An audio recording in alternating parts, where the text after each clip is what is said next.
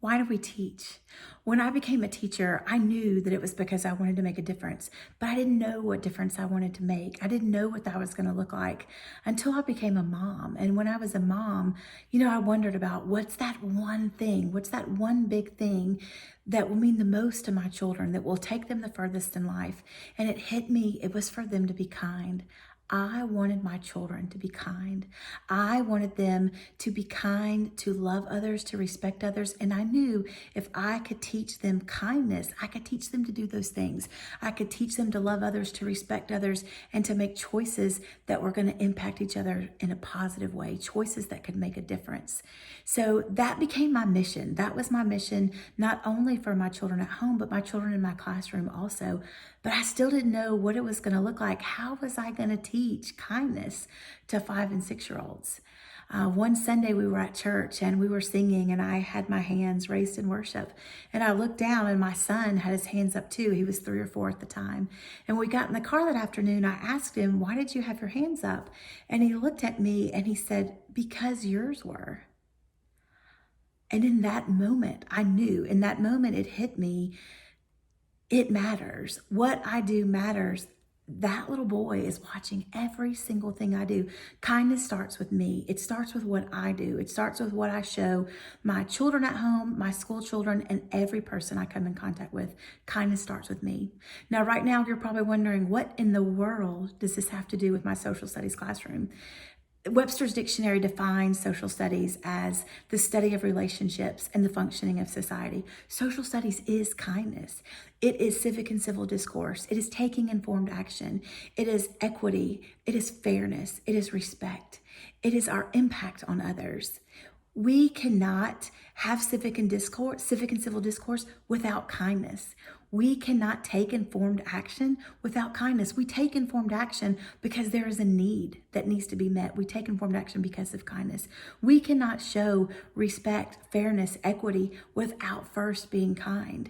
Our impact on others is irrelevant if it is not rooted in kindness. Social studies is kindness, and that starts with me. But what does it look like in the classroom? To me, social studies in the classroom and teaching kindness are these 3 things. It's sharing kindness, it's recognizing kindness, and it's also intentionally teaching kindness to my students. For my students to understand kindness, they must see kindness in my words and actions. I must be kind when they walk in my door, scared, nervous, afraid. I must be kind as I respond to their mistakes. When they make mistakes, I must respond with kindness and with grace when they need that second chance. I must respond with kindness when I respond to their questions, when I look at their work, when I give them feedback. I must do all of that through the lens of kindness. Students have to understand and feel kindness to be able to show kindness. Sometimes kindness is a hug when they walk in the door on a sad morning. Sometimes it's a smile or a gentle touch of reassurance when they're unsure. Sometimes it's a cheer over a lost tooth or moving up a reading level. Sometimes kindness is a word of encouragement. It's a helping hand when something is going not quite the way that you thought it was going to be. Kindness starts with me, and I needed to show that to my students. Kindness is hundreds of I love yous all day long. I also knew that I needed to help my students to recognize kindness. We recognized kindness in the books that we read, but not only did we recognize it, we also named it. I knew I needed to name the kindness that I saw those characters doing, and I needed to teach my students to do that.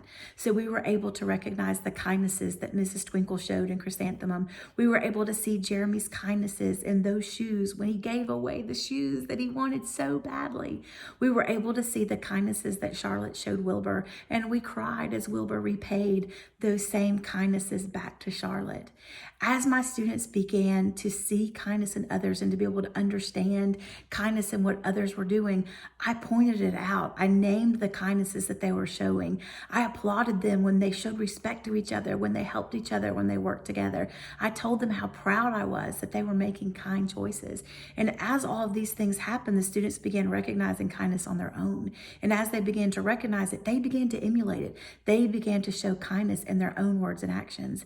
And as this happened, we had this shift where all of a sudden students were showing kindness to each other, and they realized it felt good. It felt good to be kind. And then kindness could also start with them. So from there, I also knew I needed to intentionally teach kindness. Just reading books wasn't enough, just complimenting them wasn't enough. I need to teach what kindness looked like. And I did that a lot through read alouds. And we read books sometimes that were kind, but sometimes our most powerful lessons came from the books that were unkind. We read books like The Other Side, Each Kindness, Wonder, Mean Gene Recess Queen, Enemy Pie. We learned so many lessons from those books. And through those books, I was able to teach my students that our words are strong, our words are powerful, and so are our actions. And we can use those words and actions to either build our friends up or tear our friends down. And that was a big lesson. I also could point out the kindnesses I saw in the historical figures and historical events that we studied.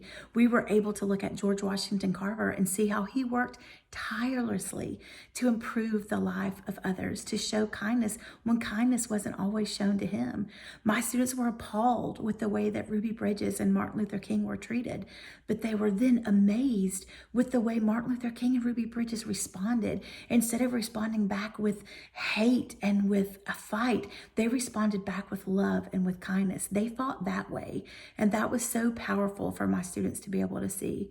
So as they began to see all of these things, and as there began to be this shift with kindness, their words and actions shifted as well. They were able to see that they could make a difference and that kindness was big. It mattered in big ways. In the beginning, kindness started with me. But as we moved through this process, as students began to recognize kindness, to understand kindness, to see kindness in their own words and actions, everything shifted and it all changed. They were able to cheer each other on, to respect each other, to talk to each other. They could have big dialogues where they debated and they didn't agree, and that was okay. They were able to learn that they could agree to disagree. They also learned that when they won, their friend lost. And that was a huge lesson. It shifted everything. It changed the way that everyone behaved. There was more encouraging and less bickering. There were more hugs and less fighting. There was more I love you than you can possibly imagine. And my students were happy and they made a difference and they knew it. Kindness started with me, but let kindness also start with you. Kindness starts with us.